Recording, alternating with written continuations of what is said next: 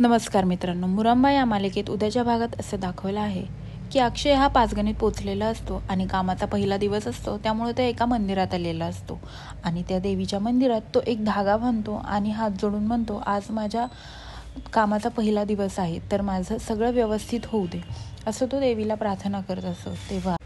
तेव्हा आरोही म्हणत असते देवीला, देवी आई, जिथे कुठे माझी आई आहे तिथे मला तिला लवकर भेटव असं ती बोलत असते। आणि तेव्हाच तिथे योगायोगाने का होईना पण रमा आलेली असते आणि जी अक्षयने धागा बांधलेला असतो त्याच्याकडे रमाचं लक्ष जातं। बघते तर काय, तो धागा नीट बांधलेला नसतो। तेव्हा रमा तो अपुरा धागा पूर्ण बांधते आणि म्हणते, ज्याने कुणी ही धागा बांधला आहे त्याची पण इच्छा आई लवकरात लवकर पूर्ण होऊ दे आणि जिथे कुठे माझी लेक असेल तिला सुखरूप आणि छान ठेव, असं ती देवीला प्रार्थना करत असते।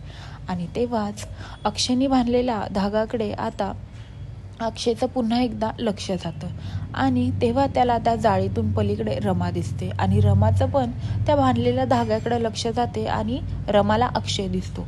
आता देवीच्याच मंदिरात दोघंही एकमेकांच्या समोर आलेले असतात। आता झालेला सगळा प्रकार रमा अक्षयला सांगू शकेल का आणि अक्षय ते ऐकून घेईल का आणि रमा तिच्या मुलीला भेटेल का आणि अक्षय तिला भेटून देईल का, हे पाहण्यासाठी विसरू नका मुरंबा आणि माझ्या चॅनलला आता लवकरात लवकर सबस्क्राईब करा। धन्यवाद।